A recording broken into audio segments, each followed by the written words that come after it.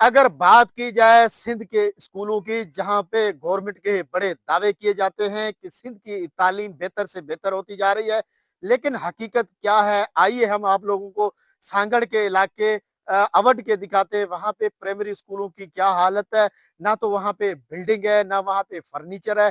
असांखे हिते मींहुं थियनि था हिते असांखे हिते ॿ फुट जमा थी थो वञे पाणी साईं। वाहन आहे हितां स्कूल अचूं था ॿिए हंधि ते था अचूं त वाहन वाट आहे।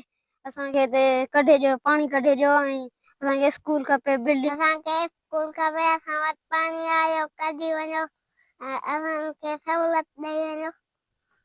पानी जी बिल्डिंग कोने ॿ कमरा असांखे खपनि ऐं ॾाढी तकलीफ़ आहे। ॿार अची कोन था सघनि, पाणी ॻोठनि में पासनि खां जाम थी वियो आहे ऐं ॿार घटि था अचनि।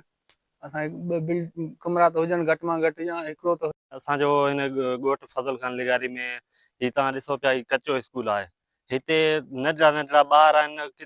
पहिरीं ॻाल्हि त हिते रस्तो कोन्हे ऐं ही पाणी जेको आहे सिस्टम सॼो हिन जो पाणी जो निकाल करे असांखे ॾिनो वञे या नारे जे हेठां टपाए केॾां पंहिंजे पासे या को गेट वग़ैरह जो हिन जो सिस्टम हुजे जेको नारा कैनाल ऐं हिन जो रांटे कैनाल जो पाणी आहे त इन जी जॻह सेपेज मथां खां अचे थी। इन जो असांखे अॻिते केॾांहुं हिन जो निकाल करे ॾिनो वञे। न न गवर्नमेंट का शइ कोन ॾिनी आहे। हीअ असांजो जेको स्कूल आहे कखां ई असां पंहिंजी मदद पाण किथां कख काठियूं वढे करे पंहिंजे पाण छपिरो ठाहियो आहे ऐं न को फर्नीचर आहे न का शइ न अहिड़े हिसाब सां का असांखे पकी बिल्डिंग ॾिनी वञे। ये थे सांगड़ के करीबी इलाका चोटियारी। वहां के रिहायशी थे जो बता रहे थे कि चोटियारी डैम के साथ ही अवध के जो इलाके में रिहायश पजीर जिनको सिंध गवर्नमेंट ने स्कूल तो दिए, स्कूलों की कोड भी चल रहे हैं, लेकिन वहां पे बिल्डिंग ना होने की वजह से बच्चे झूंपड़ियों में जेरे तालीम है। सागर दीन मोहम्मद बलोच, वॉच न्यूज, सांगड़।